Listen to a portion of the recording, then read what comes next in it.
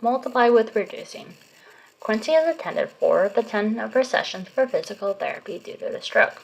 She has spent 30 of the 60 minutes of the time working on assistive range of motion exercises. What is the current fraction of time that Quincy has spent working on assistive range of motion? And we're going to reduce our answer. So let's go ahead and look at 2 ways we could solve this. And obviously there are going to be more because there's no one right way. But here's the first way we can try. So we can go 4 out of 10, and then we can go ahead and multiply 30 right over 60, and we multiply those together. And let's see what we get. Well, 4 times 30 is 120. Now 10 times 60 is 600.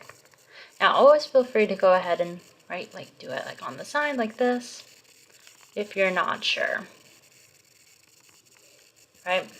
That's how you could do it, or if you can see how 4 times 3 is 12, and then we just add the 0, right? Because that's what we did here, or essentially that's kind of what happens. And then 10 times 60, right? Anything you times 10 by, right, you just kind of add the 0 right there.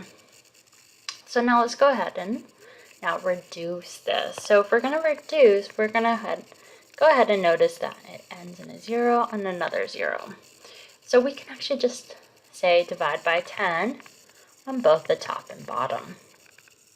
So 120 divided by 10, that's 12.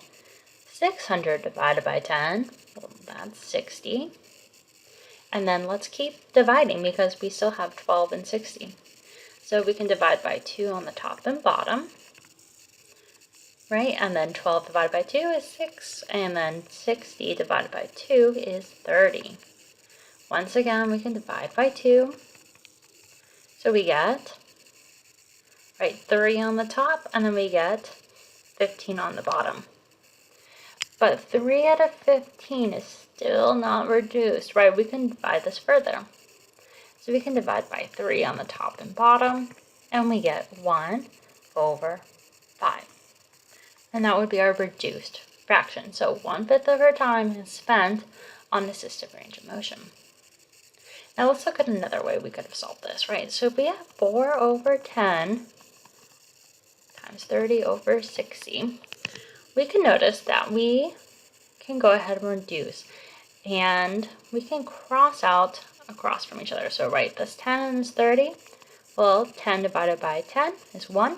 30 divided by 10 is 3, right? We could have done first 2 and then 5, but we just went ahead and just did 10 on both of them because we knew we could have done that. Now this 4 and 60. Well, 60 can also be divided by, 2. And this 4 can be divided by 2, so that's 2. And that's 30. Well, notice we have a 2 and a 30. So we can also divide this part. 2 divided by 2 is 1, and 30 divided by 2 is 15. So let's go ahead and now multiply across. So we got 1 times 3, so that's 3. And now 1 times 15, and what do we get? We get 15. And now 3 over 15 can be divided by 3 on the top and bottom, and we get 1/5. So you can see how you can cancel out common factors before we even begin to multiply to make it a little bit easier. Unless you want to go this way and you find the first method easier. Just know that there are different ways to solve. Now let's go ahead and look at the next example. So example 2, multiply and reduce. So 4 over 20 times negative 6 over 8.